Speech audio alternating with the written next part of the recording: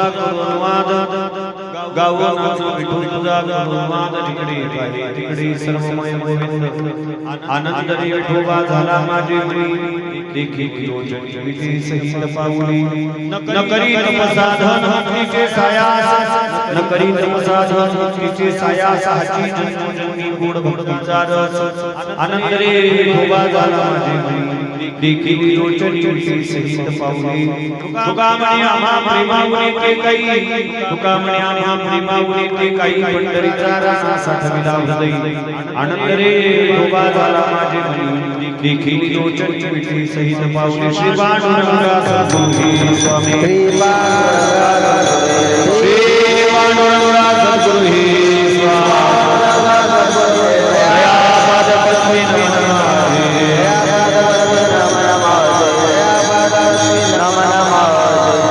ओम ज्ञानेश्वरा करुणाकरा दयाळा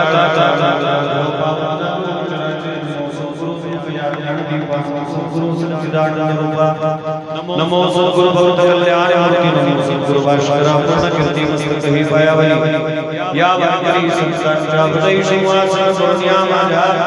वैशी गुरुराजा गजानना पांडुरंग परमात्मा जगत कोणी निवासी जगत जनक जगत माता पिता ज्ञानेंद्र राजा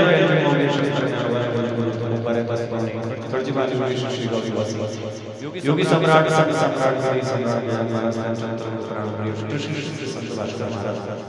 गौरी श्री महाराज श्री वासुदेवजी महाराज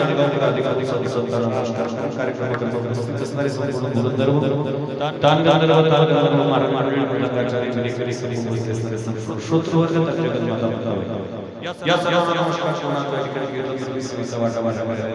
सेवेकरता निवडला हिंदवी स्वराज्याचे संस्थापक छत्रपती शिवाजी महाराज महाराज यांच्या लाभेतील भूपाडी पाटीलांतील कौतिकांच्या परिचयाचा पाठांतराचा आहे अवकार बोलण्यापूर्वी प्रसार सेवा किंवा सर्वांना नमस्कार आहे जे बोलते परमादरणीय भागवताचार्य ज्ञानेश्वर महाराज संगावकर रौत महाराज यांच्या भक्त परिवाराचे वकील परमपूजनीय परमादरणीय मनशानंदजी महाराज सीतारामजी महाराज यांच्या कृपाशीर्वादाने पुरुषोत्तम मासाचा औचित्य साधून विदर्भात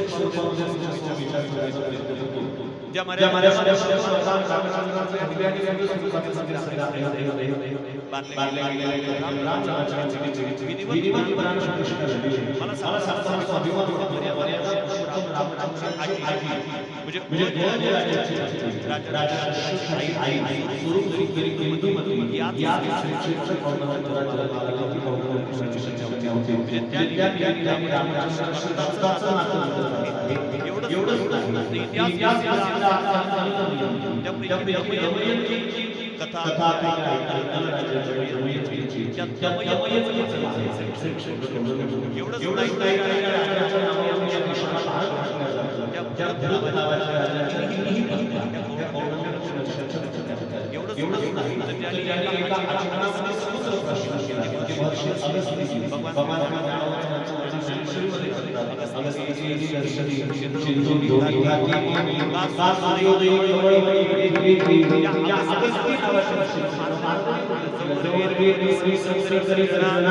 जेवढ्यावरती ब्राह्मणा देखील नाही बा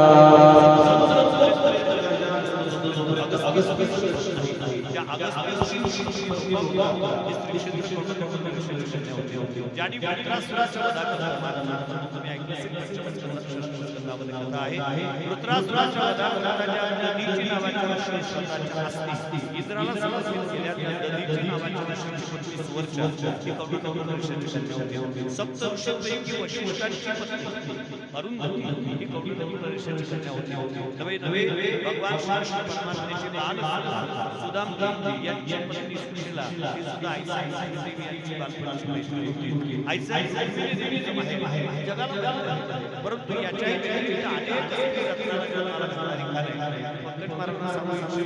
अनेक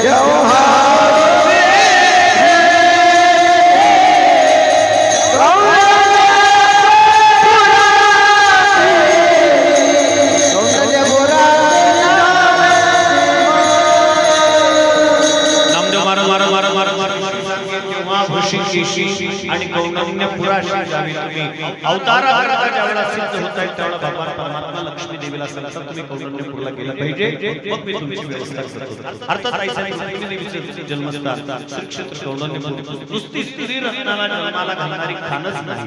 तर नररत्न सुद्धा या भूमीमध्ये जन्माला आले अनंत चतुर्दशी व्रताचे जनक महर्षी कौंडिन्य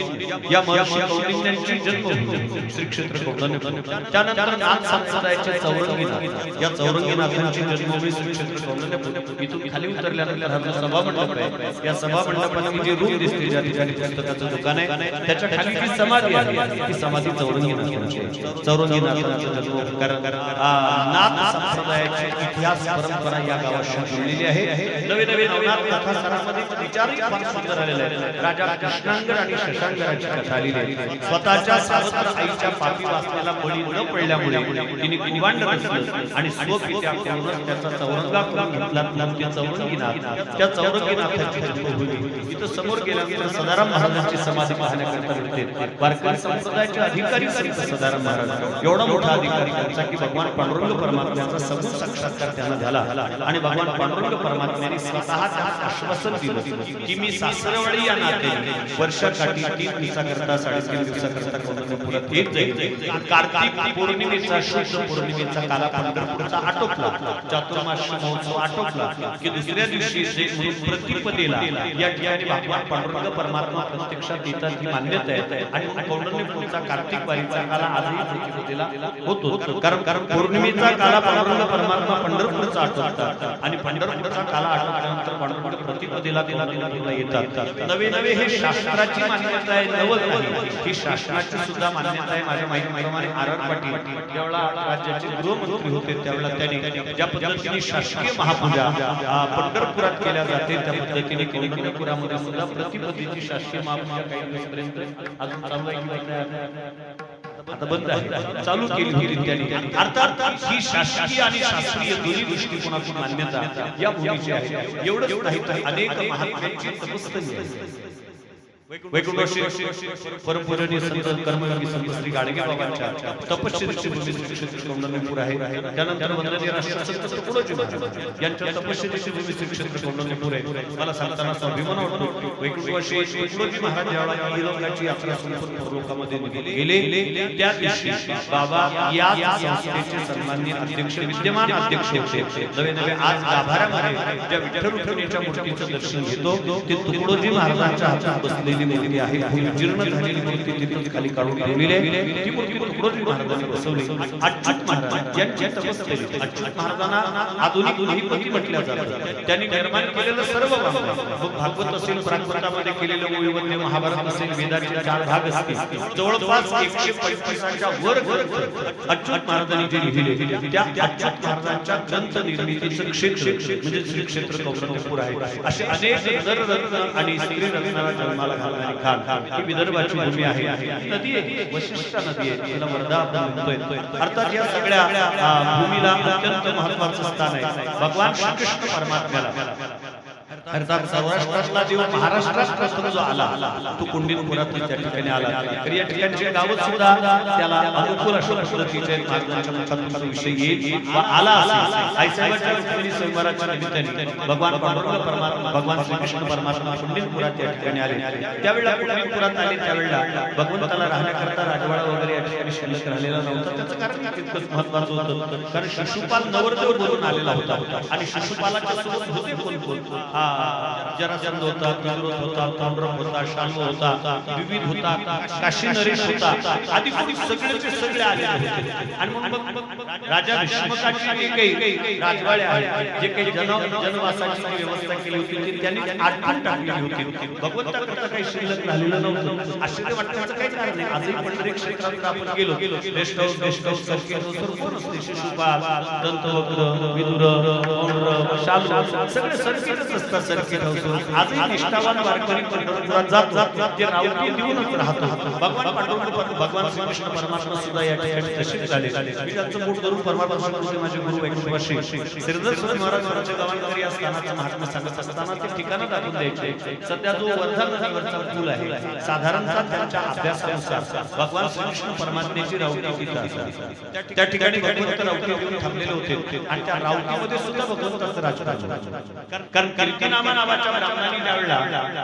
भगवान श्रीकृष्ण परमात्म्याचं वर्णन नाथ महाराजांनी रुक्मिणी स्वयंवरात केल्याप्रमाणे कुंडीनपुरातील भीष्मक नावाच्या राजाच्या समोर आणि सुंदमती राजाच्या समोर केलं. त्यावेळेला आईसाहेब रुक्मिणी देवीचे वर्णन ऐकत होते. नाथ महाराजांनी वर्णन केलं. अंग झाली रोमांची चरी चळचळा कापड पंढरी बाष्पी पैदा तरी पडे पुढची धरणी एक मनती धरा धरा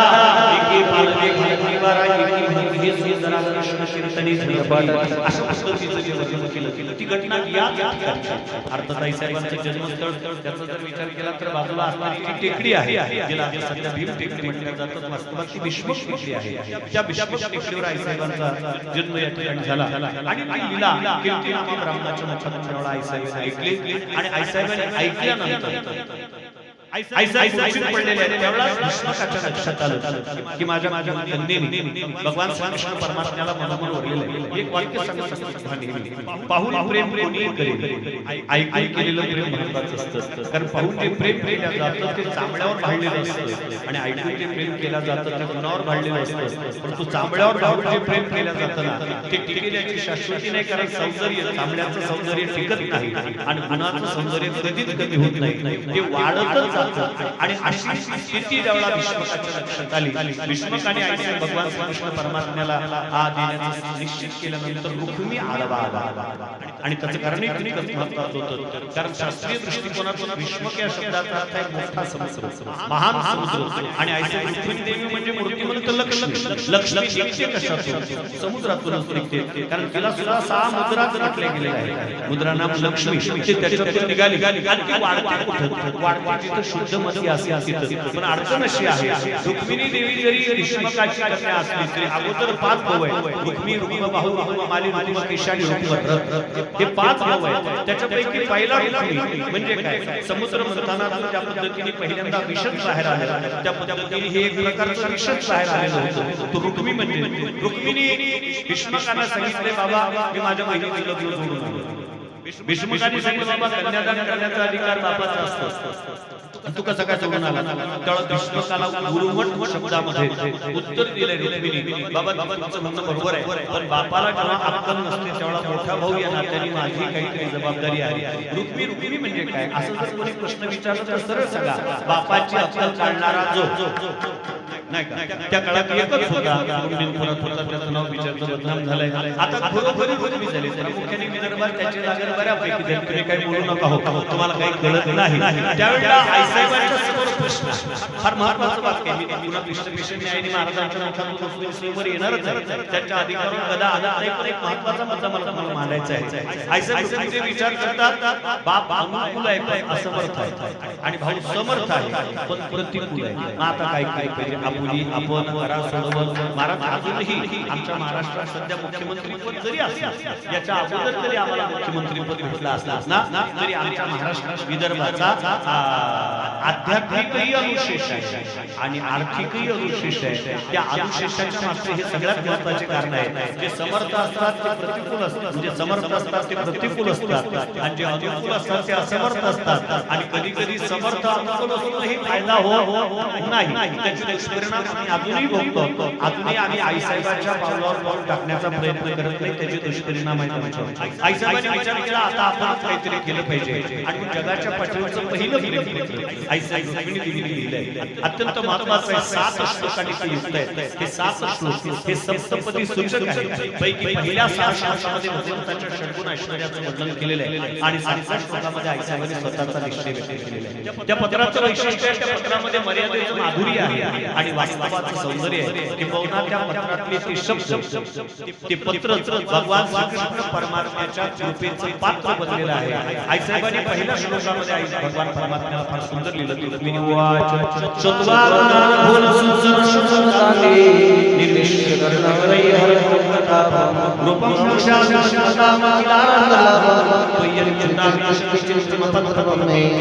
सुंदर पत्र आहे. आईसाहेब सुरुवात करतात वा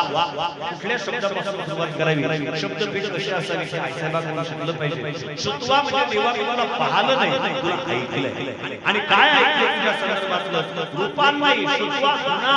तुझे गुण ऐकलेले, रूप नाही ऐकले, म्हणजे रूपावर मी पाहिलेली नाहीये. आणि कसं आहे, दोन विशेषण आईसाहेबांनी पहिल्या श्लोकात वापरले. गुण सुंदर आहे आणि तू अच्युत आहे, म्हणजे तुझ्या वयात गुणामध्ये कोणी सुंदर नाही आणि स्वतःच्या पदापासून तू कधी च्युत न होणार अशा पद्धतीचा तू अच्युत आहेस. मी मनोमन तुला भरलेलं आहे. आणि तेव्हा कदाचित तुम्हाला विचारशील का रुक्मिणी, तू काही कुलीन घराण्यात जन्माला आलेली मुलगी मला वाटत नाही, कारण धिक्तांच्या या याचने स्वयं शास्त्रकारांचं मत असं आहे की ती स्वतःहून परपुरुषाची याचना करते, ती धिक्कारास योग्य आहे, तिचा धिक्कार केला पाहिजे. आपल्या अवघड भेट नाही, काही ओळख नाही, काही नाही, एकदम मुलीसूत पत्र व्यवहार करायला लागलेले. तू काही कुलीन घराण्यात जन्माला आले असं वाटत नाही. आईसाहेबांचा तेव्हा खरं सांगतोय, मी कुलीन घराण्यातली मुलगी आहे, पण अडचण अशी आहे, मी कुलीन असताना सुद्धा हा निर्लज्जपणाचं पत्र टाकण्याचा माझ्याकडे हेतू आहे. याला एकमेव कारण आहे, माझा त्याच्यात काही दोष नाही, तुझा दोष आहे. तुझ्या गुणावर मी वाहिलेली आहे. ते गुण ज्यावेळेला कानातून आतमध्ये गेलेत ना, हरतोंग ताप, त्रिविध प्रकारचे जे ताप आहे ते ताप पूर्णांशाने नष्ट झाले. हे जर तुझ्या गुणाची ताकद असेल, शक्ती असेल, प्रत्यक्षात तुझं भेट झाल्यानंतर काय होईल? तेव्हा खरं सांगतोय, तू आश्वासन देऊन बसलेला आहे मला. पडिले देशी माझा आठवे मानस, नको नको हा वियोग कष्ट होती दीनतैशी रजनी झाली माये, अवस्था लागली गेला का नाही पहिल्या वेळाची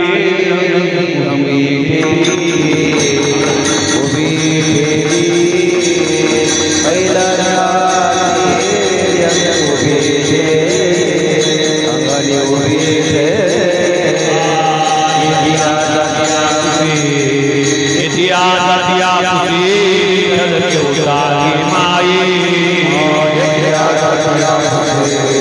येतिया जातिया पुसी विठ्ठल केवतारी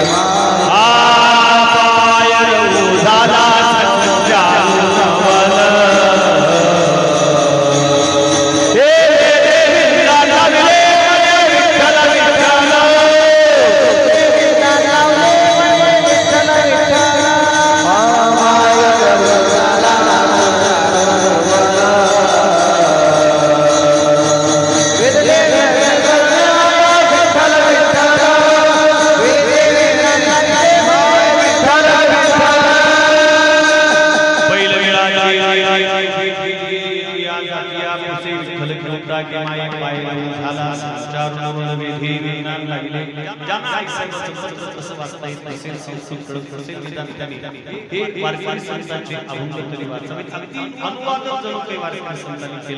आणि मग शेवटी आईसाहेब देवी म्हणतात तेव्हा कदाचित रुक्मिणी तू किती लांब मी किती लांब आणि इतक्या तातडीने पत्र पाठवत असतात कसं काय शक्य आहे मी द्वारकेत राहतो तो विदर्भात राहतो निर्मळात राहतो आणि त्यावेळेला काही यातायाताची साधनं उपलब्ध नव्हते काही रेल्वे नव्हतं काही फ्लाईटची व्यवस्था नव्हती मी कसा येऊ इतक्या लवकर तेव्हा आईसाहेब ते म्हणतात देवा तू पत्र विचारशील कधी आणि मी उत्तर देऊ कधी त्याच्या अगोदर जर उत्तर देऊन बसते तू कसा येऊ असा प्रश्न विचारू शकत नाही कारण मला माहिती आहे की वाहन काय गरुडा वाहना गंभीरा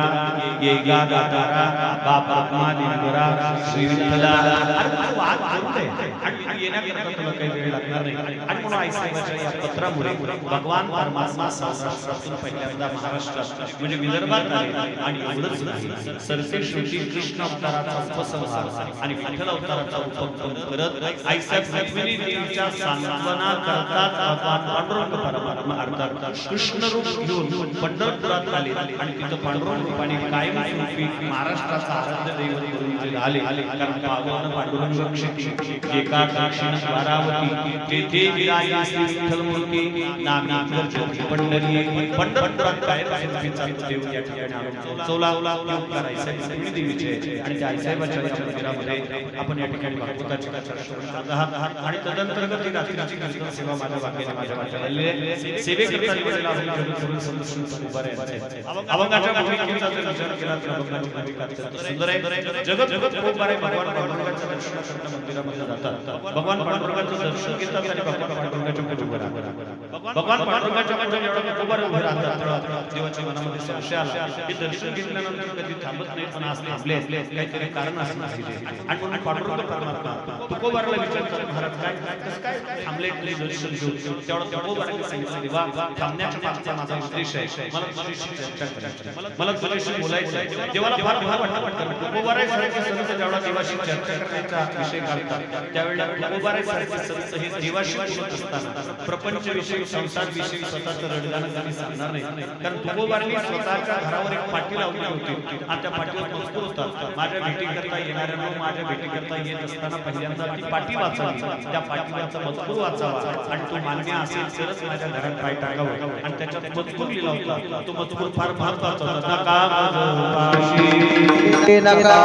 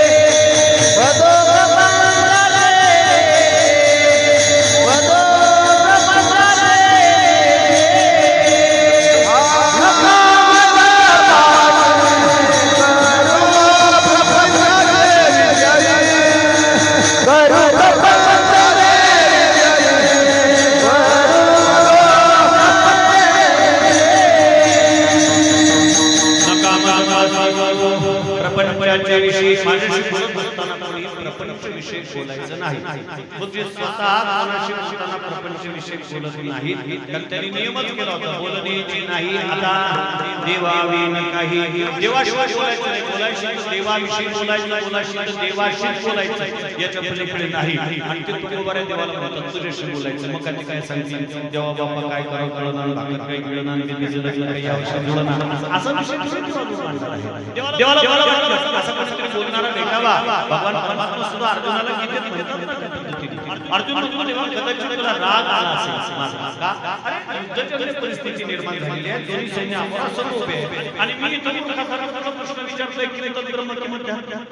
आता का हा विषय आहे का हा वेळ आहे का की ब्रह्म किंमत विचारचा पण हे प्रश्न विचारतो तरी उत्तर देतोय राग येत असेल तेव्हा तुला माझ्या बोलण्याचा तरी तू उत्तर देतोय खरं सांग तेव्हा राग आला भगवान परमात्मा अर्जुनाला जवळ घेतात टाळतात आणि अर्जुनाला सांगतात अर्जुना खरं सांग रे आम्हा शिवाडी कोणी अखंड बोलू आवडी पण काय केले जोडी बोलती आईशी अर्जुना आम्हाला अखंड बोलत राहा वाटतं पण काय करावं रे तुझ्यासारखा विचारणारा सापसाप नाही अरे विचारलाय आनंद वाटतोय विचार आधी काय तुला विचारायचंय त्या पद्धतीने भगवान परमात्मा म्हणतात महाराज मला आनंद आहे तुमच्यासारखा संत माझ्याशी चर्चा करतोय बोला काय सांगायचंय तुम्हाला तुकोबाऱ्यांनी देवा मला सांगायचं विषय फार महत्त्वाचा आहे मी परमार्थिक करत असताना या पारमार्थिक क्षेत्रामध्ये पदार्पण केल्यानंतर मला पारमार्थिक क्षेत्रात प्राप्त झालेल्या अवस्थेच्या संदर्भात तुझ्यासोबत उहापोह करायचा म्हणजे आनंदाची गोष्ट आहे देवाला असं वाटतं बहुतेक यांना एखाद्या संघटनेचं अध्यक्षपद प्राप्त झालेलं असेल कारण कोरोनाच्या कालखंडामध्ये वारकरी संप्रदाय जितका समृद्ध झाला खचित इतका मोठा संप्रदाय समृद्ध झाला असेल आमचे महाराज वडवड रिकामे होते मोबाईल होते रिचार्ज होते अँड्रॉइड मोबाईल होते त्याचा पुरेपूर फायदा घेतला प्रत्येक महाराजांनी संघटना स्थापन केलं आणि विचार याचा इतका महत्त्वाचा आहे की ज्याला ज्याच्या गावात कोणी ओळखत नाही त्यांनी संघटनेचं नाव विश्व ठेवावं विश्व वारकरी विश्व अमुक विश्व ढबो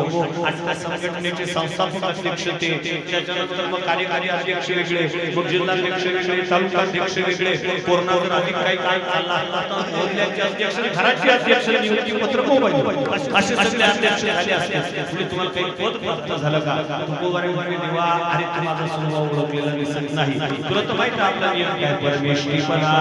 तुच्छमानी सर्वदा न पारमेश्वरी महेश्वरी या यथार्थी आहे परमेश्वरी पदाला तुच्छ मानणारे ब्रह्मादिक पदे दुःखाचे तेथे दूषित धनी पडोदे तेथे दूषित धनी पडोदे तेथे दूषित धनी पडोदे ब्रह्मादिक पदे दुःखाचे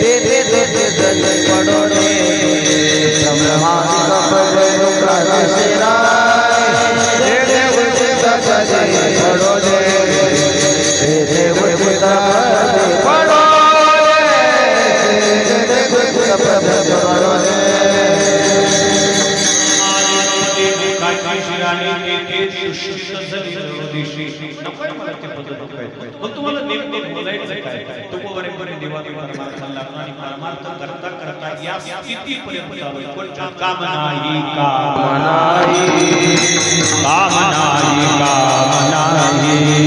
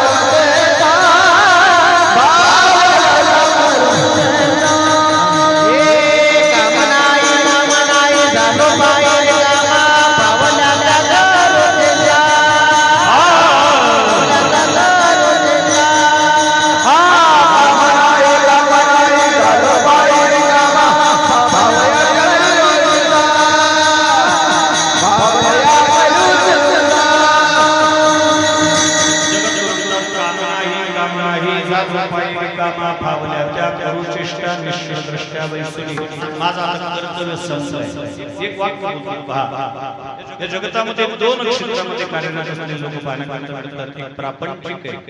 आणि दुसरं ते पारमार्थिक राजकीय क्षेत्राचा विचार मी तुर्तास करणार नाही या दोन क्षेत्रात जर आपण पालक निरीक्षण केलं ते गोष्ट लक्षात येते प्रापंचिक क्षेत्रात जीवन जगणाऱ्या माणसाला जीवन जगत असताना जीवन जगता जगता बरे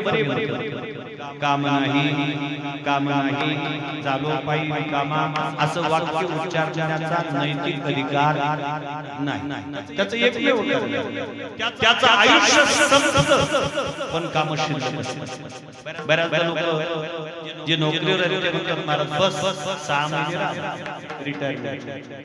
महिन्यानंतर रिटायर झालो की बस झालो पायी कामा पण खरं सांग रिटायर झालेल्या माणसाला जितके काम असतात रिटायरमेंट नंतर तितके काम ड्युटीवरच्या माणसाला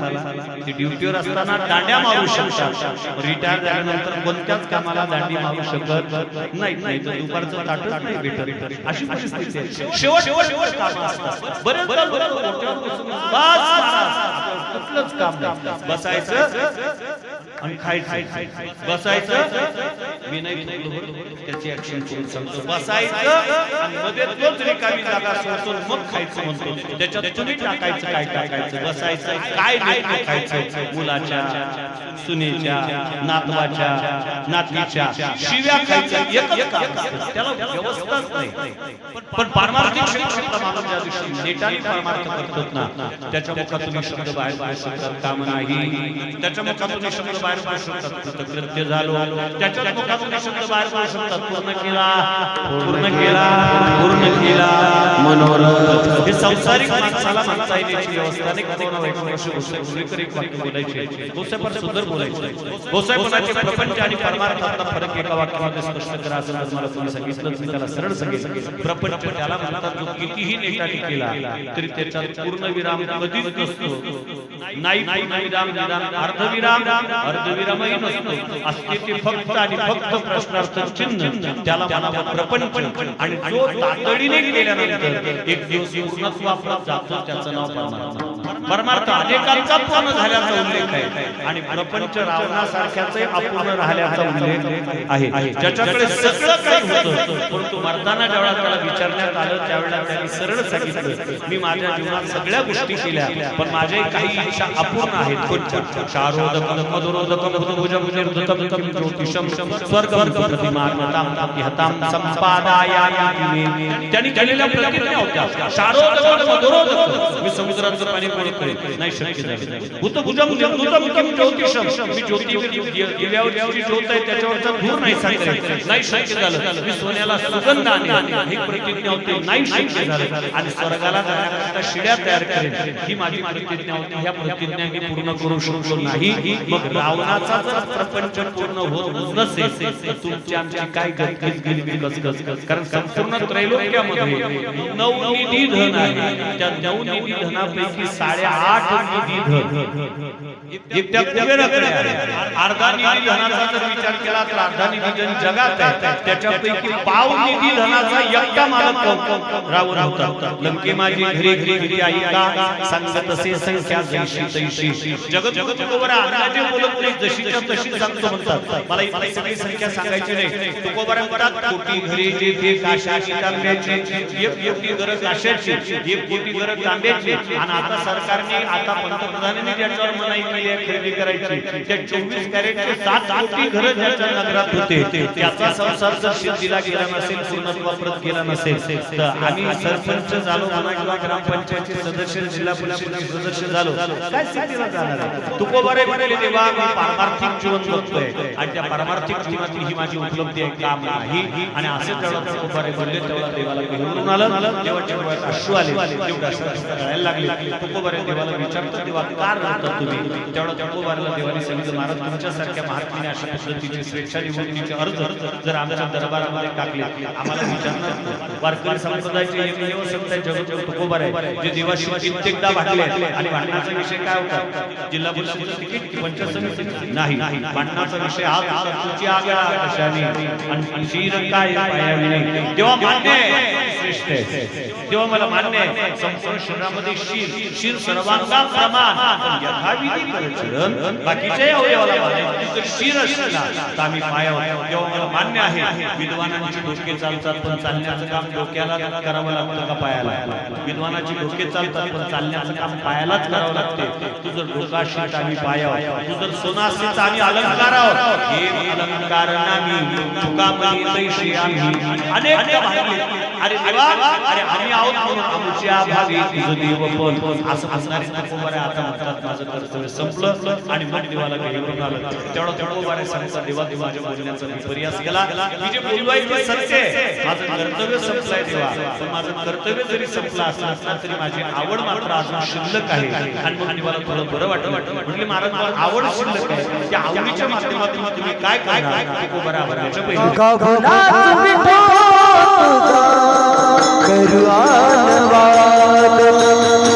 गगनात विठू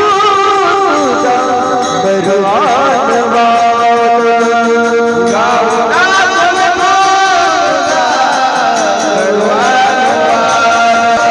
ओ गगनात विठू करुणानवाद गगनात विठू करुणानवाद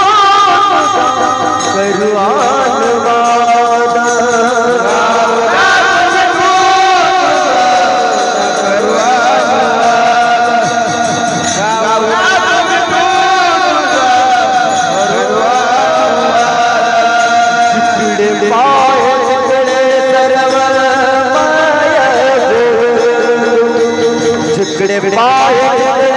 सर्व माया गोविंद आनंद रे झाला आनंद रे झाला माझे मने जिकडे पाय सर्व माया गोविंद जिकडे पाय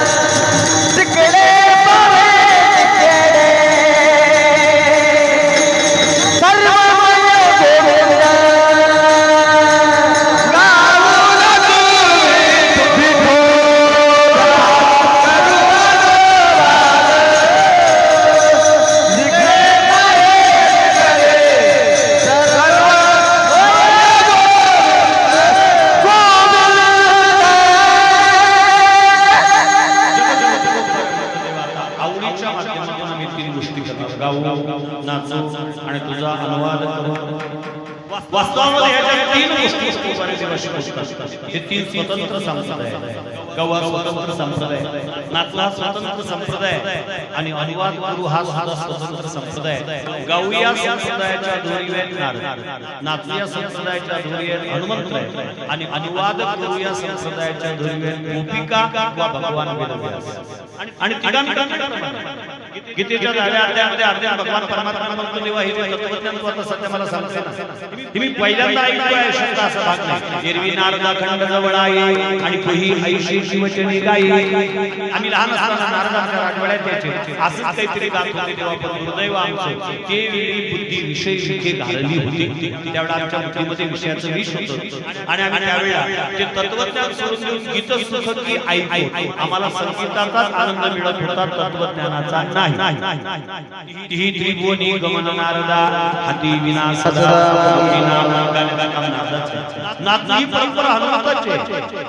दास रामाचा हनुमंताची आणि अनुवाद गुरु ही मूळ परंपरा गौरवांची आहे ऐशा गौरवांच्या पूर्वी परस्परी ऐशा गौरवांच्या आवाज किती प्रमाणात सांगतात आणि तुकोबारांचा तेव्हा आम्ही आता आमच्या गुरुवरील आयुष्यामध्ये या तीन गोष्टीचा समसमुच्चय करू मला सांगताना स्वाभिमान वाटतो वारकरी संप्रदायाची कीर्तन परंपरा तुकोबाराच्या या अभंगाच्या पहिल्या चरणाच्या पहिल्या पहिलं जे चरण आहे त्याच्या पहिल्या भागामध्ये त्याच्यावर आधारलेले आहे गाऊ म्हणजे ज्यांच्या समोर माईक गाऊ ज्यांच्याकडे माईक आहे त्यांनी गावं आणि बाकीच्यांना ऐका नाही आलं त्यांनी निदान ठेका धरून नाचावं म्हणजे ते नाचून त्यांनी गावं यांनी नाचावं आणि त्यांनी गायल्यानंतर जे प्रमाण गायलं त्याच्यावर माझ्या सारख्याने अनुवाद करावा गावो नाच आणि तुझा अनुवाद करू तुकोबाराच्या आम्ही 3 गोष्टी करू पण साहजिक श्रोत्याच्या आमच्याकडे प्रथम दर्शनी शंका उपस्थित होण्याची शक्यता नाकारता येत नाही तुकोबारे सारखा भाषा महात्मा लोकांनी उपाधी म्हणून नव्हे खऱ्या अर्थाने भाषा आहेत आम्हा घरी धर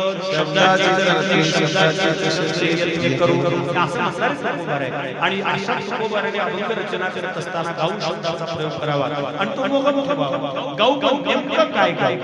जन्माला आलेली प्रत्येक व्यक्ती गात असते आणि प्रत्येक व्यक्तीच्या गाण्याचा विषय भिन्न स्वरूपाचा आहे अर्थात ज्यांच्याकडे माईक आहे त्यांनी असा गैरसमज करून घेऊन आपल्यालाच गाता येत सगळं गाणं पुढे बसणारे बरं हातच खंड आहे फक्त प्रत्येकाचा विषय हे जे गाव याच्या गाण्याला नाव आहे याला रड गाणं म्हणतात गाव कसं काय नाही मागच्या वर्षीचं साल बरं होतं हे रड गाणं आहे आणि ते जे गातात त्यांचा तर बरं प्रश्नच नाही ते जातं जितकी विचित्र आहे ते जन्मभर घरचे सासरचं गाते माहेर ते गातच असतात तुकोबारे ते गाव म्हणतात हे गाव म्हणतात नाही तुकोबाराच्या गाण्याचा विषय वेगळा आहे नेहमी एक वाक्य सांगत असतो वारकरी संत वाङ्मयाचा अभ्यास जेव्हा आपण करतो त्यावेळेला नेमक्या एखाद्या शब्दाचा विवक्षित अर्थ जर आपल्या लक्षात येत नसेल तर त्याच्याकरता शब्दकोश शोधण्याच्या भानगडीत पडत जाऊ नका तो शब्द त्या संतांच्या वाङ्मयामध्ये इतरत्र कुठं आला आणि तिथं तो कुठल्या अर्थाने आला त्याचा अंदाज काढून मग या शब्दाचा अर्थ लावण्याचा प्रयत्न केला पाहिजे तुकोबाराच्या गाथेत गाऊ शब्द आला का अनेक ठिकाणी रामकृष्ण किती रामकृष्ण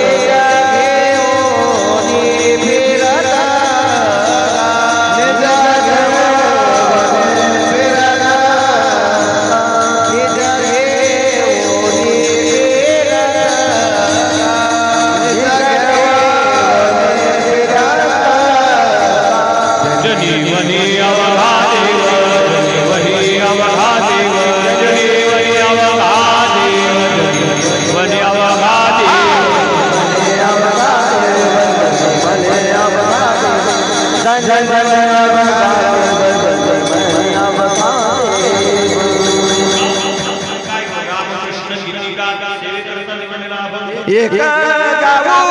आम्ही विठोबाचे नाम एक गाऊ आम्ही विठोबाचे नाम एक गाऊ विठोबाचे नाम एक गाऊ विठोबाचे नाम आणि गाजे काम नाही गाजे काम नाही आणि गाजे काम नाही वाटा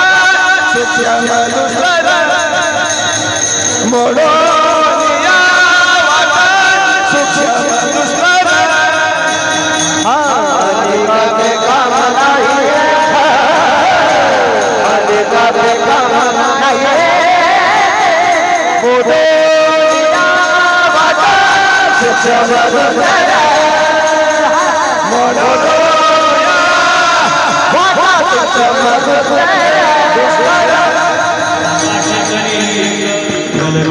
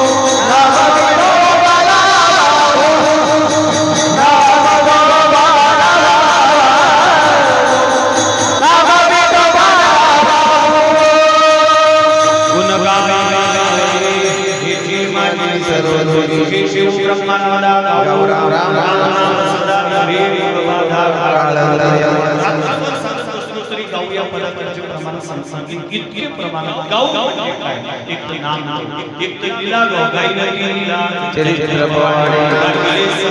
सहित गाई आवडी ब्रह्मानंदा गाऊ राम नाम सदा काय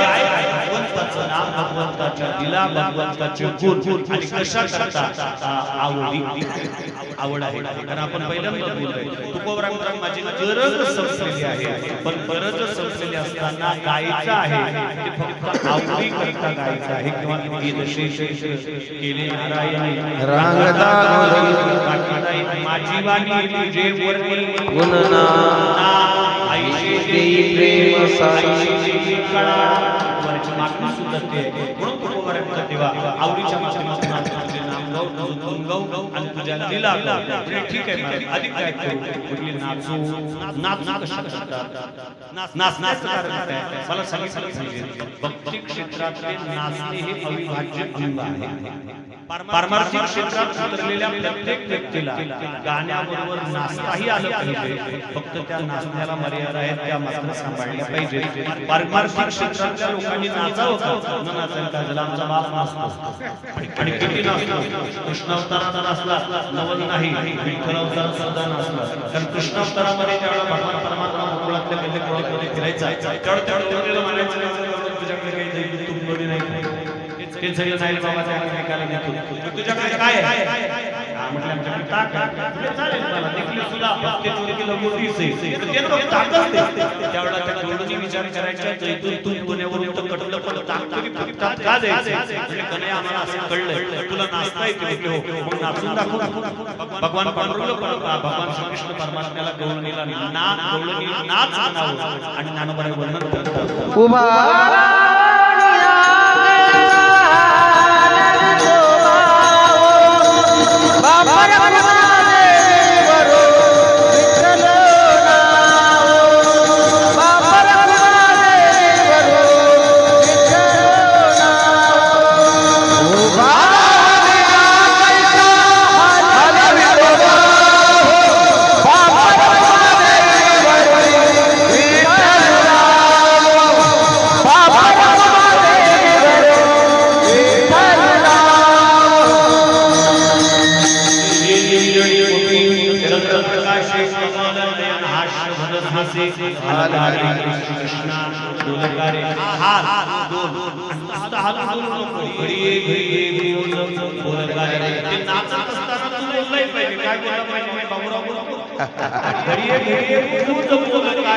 काहीतरी आमचं गीत लक्षात आहे आणि या बाबांनी सुद्धा नाचावं पण कसं नाचावं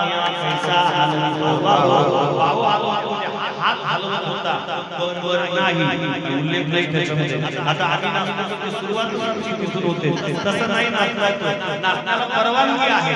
गायनाचे शक्ती अद्भुत हे हेतू तिने तुमची जीवा घ्यावी अखंड सेवा गायनाचे गुणी आपल्या छंदे गायना एवढे आपल्या मनाच्या आवडी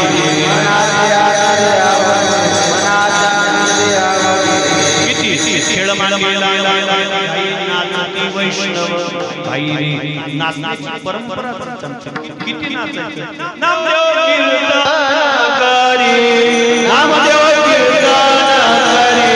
पुढे देव नाचे पांडुरंग पुढे देव नाचे पांडुरंग नामदेव कीर्तनकारी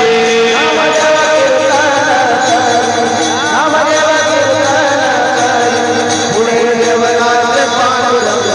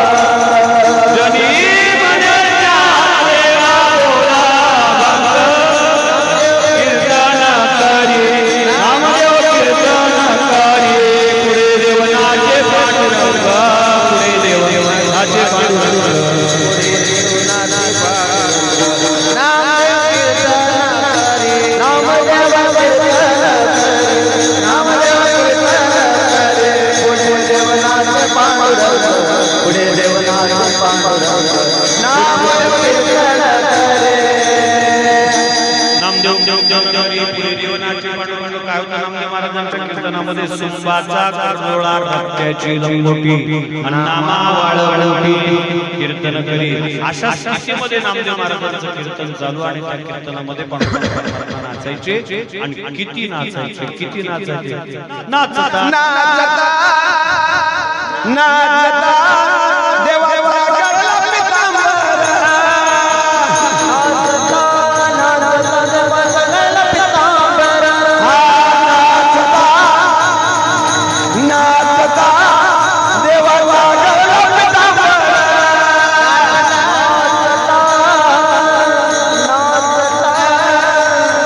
देवाचा गळा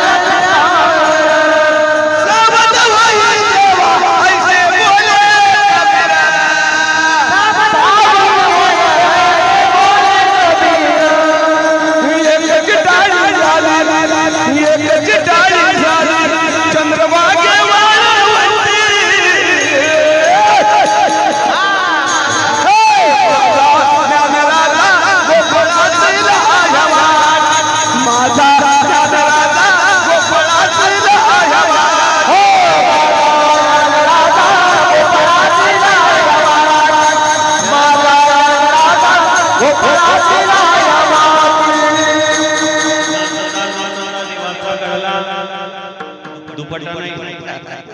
गळला पितांबर आणि सावध होई देवा ऐसा बोले नामदेव ज्ञानदेव नाही ही वारकरी आहे ही वारकरी त्याच्यातच दंग झालेले होते एकच होते कबीर महाराज ते उत्तर हिंदुस्थानातून आलेले होते आणि उत्तर हिंदुस्थानातून आलेल्या कबीर महाराजांचा जर विचार केला तर ते निर्गुणवादी होते त्यांना सगुण देव मान्य नव्हता आणि ते त्याची परीक्षा पाहण्याकरता इथे आले होते आणि म्हणून फक्त ते शिष्य होते त्यांनी सांगितलं सावध होई देवा ऐसा बोले कबीर महाराजांनी देवाचा हात पकडला आणि देवाला सांगितलं देवा बाबा तू काही जैनाचा देव होय पारसनाथ थोडी आहे की गजानन बाबा होय शेगावचा सावध हो म्हणजे नाचणे हे भक्तिशास्त्राचा विभाग आहे वारकरी संप्रदायामध्ये नाना प्रकारने खेळल्या जातं त्याच्यामध्ये नाचल्या जातं त्यात प्रामुख्याने फुगडी हा प्रकार नाचण्याचाच प्रकार आहे आता अलीकडच्या काळात त्या फुगडीला विकृती आली तो भाग वेगळा पण वारकरी संतांनी फुगडी फुगाई फुगडी फुगडी फुगे बाई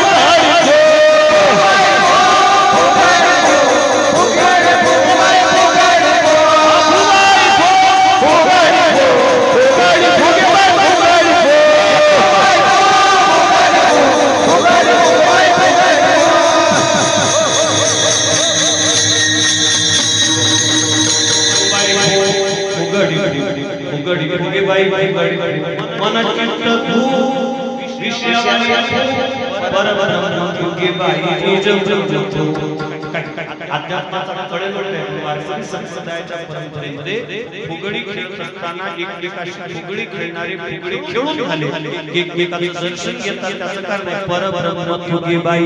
निज ब्रह्म त्याचं कारण तुका महाराज फार सुंदर बोलले कधी तुका म्हणे फिरे ढोल म्हणे दम जिरे प्रापंचिक क्षेत्रातला दम जिरेपर्यंत ते खेळायचे आणि मग परब्रह्म फुगे बाई निज ब्रह्म तू नाचायचं कुठं धन्य जगी तुझी हरी हरी नाची रामकृष्ण वासुदेव सदा कीर्तनाचे रंगी नानाई लव जगी नाचायचं भगवान यारे नाचू प्रेमानंदे यारे नाचू प्रेमानंदे राम नामाचे आचरणे राम नामाचे आचरणे यारे नाचू प्रेमानंदे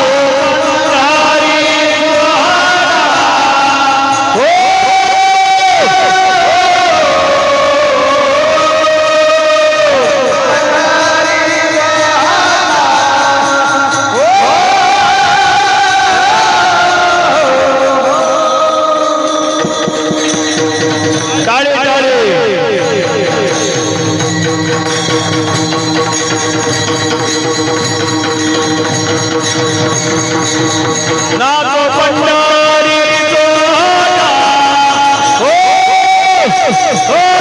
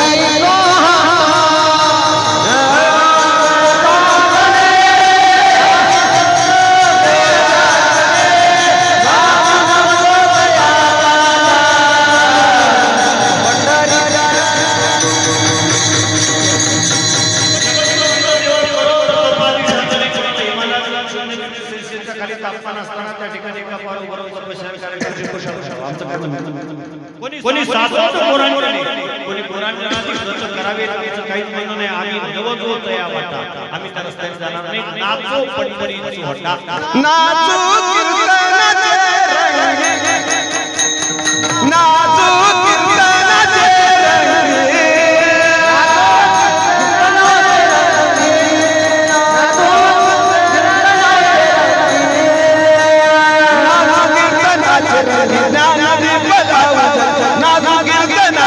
ज्ञानादीप लावू ज्ञानादीप लावू नाचू कीर्तनाचे नाचू कीर्तनाचे नाचू कीर्तनाचे ज्ञानादीप लावू कीर्तनाचे ज्ञानादीप लावू ज्ञानादीप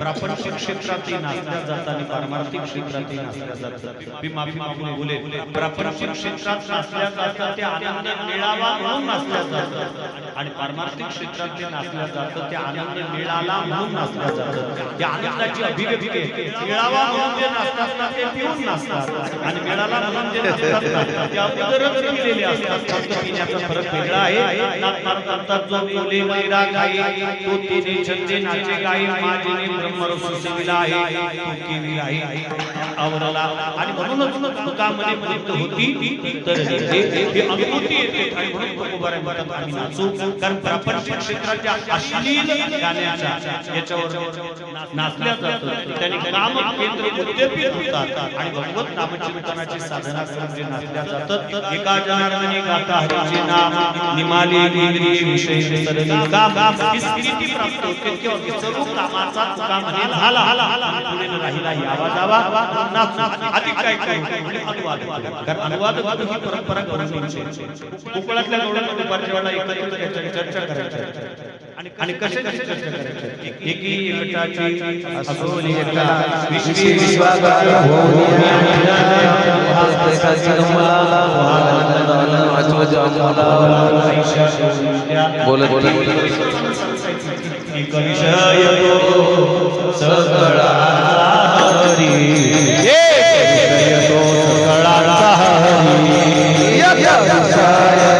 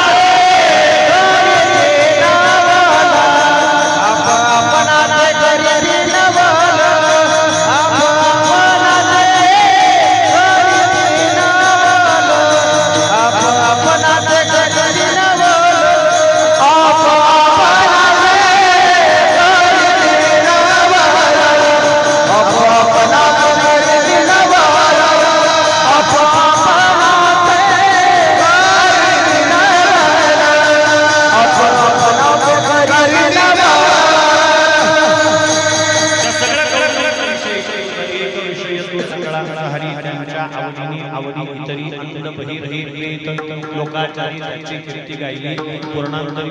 एकही गवळण गोकुळातली भगवंतातली देवाच्या बाबतीत चांगलं बोलताना दिसत नाही. परंतु मला वैशिष्ट्य सांगितलं पाहिजे, देवाच्या बाबतीत चांगलं बोलत नाही पण देवाशिवाय बोलत नाही याच्यातच त्यांची कधी होती. एकच विशेष, दुसरा विशेष नाही. कारण अनुवाद करणे ही परंपरा गवळणीची म्हणून गाऊ नाचू तुझा अनुवाद 15 शिल्लक आहे. 3 पदाचा विचार मोठ्या मुश्किलने केलाय आपण. काय कुठेही रमदम न करतात आधी काय त्याचं उपलब्धी म्हणजे जिकडे पाही तिकडे सर्वमय गोविंद जेव्हा त्याची उपलब्धी असेल ज्या ठिकाणी नजर टाकेल त्या ठिकाणी मला तुझंच दर्शन होईल. जिथं देखू श्याम ही पारमार्थिक क्षेत्रातील सर्वोच्च अवस्था आहे आणि ही अवस्था दोघांना प्राप्त होते. एक तर वैराच्या माध्यमातून दैत्यांना आणि प्रेमाच्या माध्यमातून भक्तांना. श्रीमद भागवताच्या दशम स्कंदात ही अवस्था दोघांना प्राप्त झाली. पूर्वार्धामध्ये ही अवस्था प्राप्त झाली कंसाला. आजारपणे आहे कीटक भ्रमर आणि दिसती नारी नर कृष्ण नामा म्हणे भय लागले कृष्ण दिसते आला आला नजर मारावया. प्रत्येक ठिकाणी कृष्ण दिसत होता. जे सृष्टी दिसते हरी हरी हरी हे कंसाला प्राप्त झालेली अवस्था होती. भयाभयानातरी भयाची निमिषे माती नपजी जे काय कंसे की अखंड वैरव शेष इत्यादी किंवा श्रीमद भागवताच्या सप्तमस्कंदामध्ये स्वतः भारत धर्मराज युधिष्ठिराच्या प्रश्नाचं उत्तर देत असताना सांगतात गोप्यकामात भयात कंसो द्वेषाच्या दयोपहा संबंधात कृष्णया स्नेहात नियम भक्त्या वयम. अरे अरे मारे भगवंताची प्राप्ती म्हणजे काय एका पार उभं बसून तपश्चर्या करून होते असं नाही. गोप्य कामा गोपिकांना प्राप्ती झाली कामाच्या निमित्ताने. भयाच्या निमित्ताने कंसाला द्वेषाच्या दयोपहा द्वेषाच्या निमित्ताने चैत्य नरेश शिशुपालाला प्राप्ती झाली. संबंधात कृष्णया कृष्णी वंशाना त्याचा संबंधी म्हणून देयम भक्त्या वयम भो आमच्यासारखे जे नारदा ध्रुवा अक्रूरा शुकाहरी कुमारा या भक्ती धरा प्राप्त जैसा. पहिल्यांदा अवस्था प्राप्त झाली होती कंसाला आणि दुसऱ्यांदा प्रेमाने अवस्था प्राप्त झाली होती गोपिकांना. काय स्थिती होती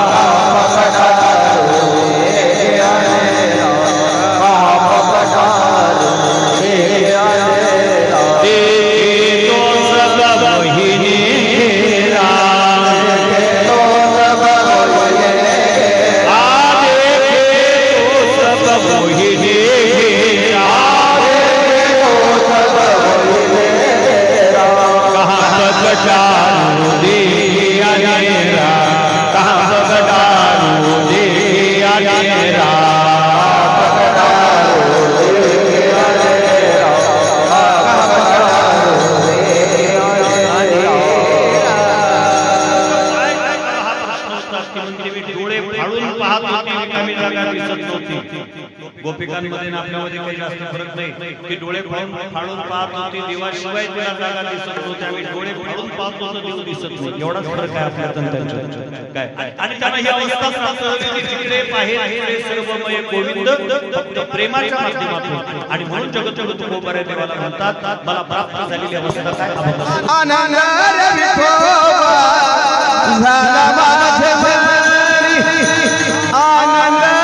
विठोबा झाला माझ्या मनी. आनंद विठोबा झाला माझ्या मनी. आनंद विठोबा झाला माझ्या मनी. देखील लोचन विषय पाऊले देखील लोचन विषय पाऊले. आनंद विठोबा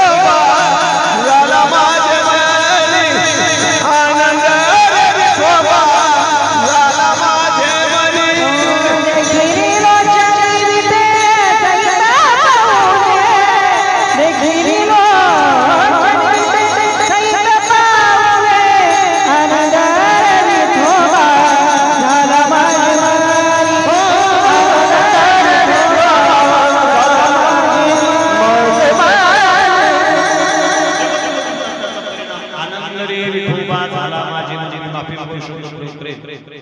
ज्या प्रापंचिक क्षेत्रात तुम्ही आम्ही जीवन जगतो त्या प्रापंचिक क्षेत्रात जीवन जगणाऱ्या जीवाच्या तोंडात आनंद, समाधान, सुख हे शब्द शोभत नाहीत. किंबहुना ते प्रापंचिक जीवाकरता शब्दकोशात निर्माण झालेले नाही. तो शब्द पारमार्थिक प्रापंचिक क्षेत्रात आनंद होत नाही. जो होतो त्याला आनंद मानतो. तो आमच्या मनाचा मोठेपणा असतो का मूर्खपणा असतो त्याचा काही निश्चित करावा. झालं क्षणिक असतं. आणि क्षणिक आनंदाला काय लागतं? काही लागत नसतं. एखादं शाब्दिक व्यंग सुद्धा क्षणिक आनंदाकरता पुरेसं असतं. तुकोबरोबर तेव्हा मला आनंद झाला आणि त्या आनंदाचा एक चांगला फायदा तुकोबराला आहे. आम्हाला आनंद होत नाही आणि यदा कदाचित झाला तर कोणाला सांगावा याचाच प्रश्न आहे.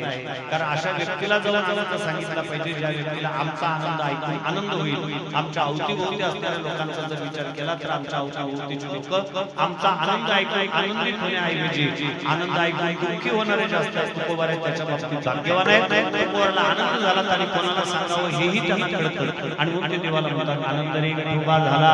माझे. कशामुळे झाला? देखील लोचनी विटेसहित पावले, विटेसहित पावलं पाहण्याचा योग माझ्या जीवनात आला. स्वाभिमान धारण केला पाहिजे. त्याने जगाच्या पाठीमागचे जितके धर्मपंथ आणि संप्रदाय त्यापैकी जगाच्या पाठीमागचा एकमेव असा संप्रदाय वारकरी की ज्या संप्रदायाला देवाच्या पायावर डोकं ठेवून दर्शन घेता येतं. बाकी कुठंच दर्शन घेण्याची व्यवस्था नाही. तुम्ही वृंदावनला जा, ऋषिकेशला जा, तुम्ही काशीला जा, तुम्ही अधिक कुठं जा. भगवान सत्य आहे, दर्शन मना आहे. जाती भगत कवाडतीला घालला कुठं भोग नाही. देव हातापायाशिवाय कुठं श्रीरंगाला गेला तर झोपलेला आहे.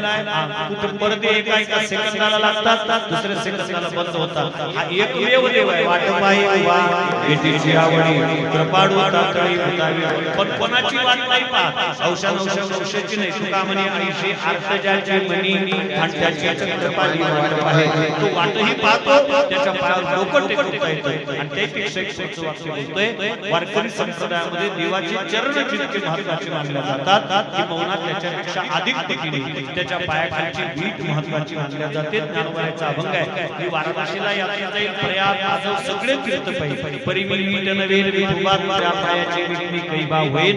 आणि म्हणून मग सुखरूप दर्शनी साक्षात्कार आहे. विटे सहित दर्शन झालं. आणि म्हणून तेव्हा मी आता ठरवलेलं आहे पहिल्या चरणात 3 गोष्टी करतो म्हणून सांगतात आणि तिसऱ्या चरणात मी आता माझ्या जीवनात 3 गोष्टी करणार नाही याचा उल्लेख करतात अभंगाचं तिसरं चरण.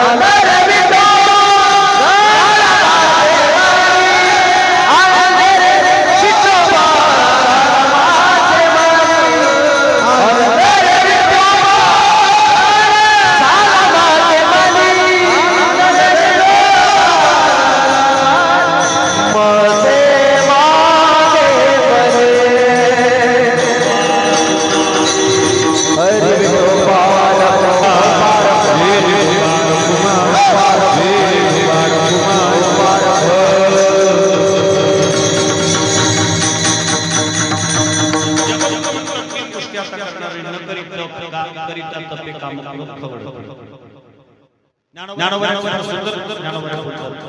तपोबळे विधी पातलिया भ्रंशी बुद्धी मग तया विरविरा सिद्धी आठविना उत्तम करणार नाही न करी साधना साधनिका देखील काळाची नाना साधनाच्या केल्या घडपटा तरी त्याही नभोवती हो यांच्या दारवंडा जाणून जाणता घडी आड भांडा योगाभ्यास सिद्धी रोधी ताकी वाटा म्हणून साधना करणार नाही आणि मुक्तीचे सायस करणार नाही मिळाली तुकामणी पत्नी होरी आता संसारी खेळीमेळी मोक्षामा घरी हमारी हे दाशी होय सांगवायची काम त्याच्यामुळे आम्ही त्याचे प्रयत्न करणार नाही आम्हाला आनंद येतो याच्यात आजी जन्मोजन्मी गोड भक्तीचा रस या भक्ती रसामध्ये आम्ही चिंब भिजून जाऊ त्यावेळेला उभारायला देव म्हणतात महाराज ठीक आहे तुम्ही तप करणार नाही तुम्ही साधना करणार नाही तुम्ही भक्तीची सायास करणार नाही भक्ती करा तुम्ही प्रापंचिक साधू आहात आणि प्रापंचिक व्हावा याच्या दोन गोष्टी लागतात एक तर पैसा लागतो नाही निदान प्रेम तरी लागते कारण बऱ्याच पैशावाल्यांचे संसार विस्कळीत घटस्फोटाचे सगळ्यात जास्त घटले पैशावाले निदान पैसा लागतो नाही निदान प्रेम तरी लागतं एक व्यक्तीचं प्रेम असेल तर प्रपंच शिथिला जातो तुम्ही पैशाच्या विरोधात आहात ठीक आहे प्रेमात काही करायला उपवारे देवा कधी करणार नाही कारण उपवारे देवाला तो कमने आम्हा प्रेमा होणे काही तो कमने आम्हा प्रेमा होणे काही तो कमने आम्हा प्रेमा होणे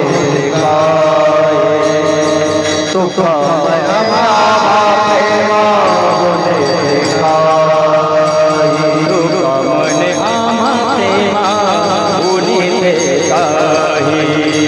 तो कमने आम्हा प्रेमा होणे काही तो कमने आम्हा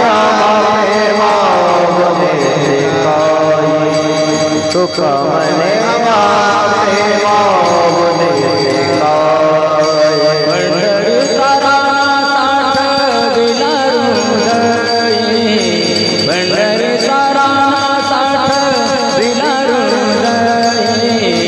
आनंद रे विठोबा झाला माझे मने आनंद रे विठोबा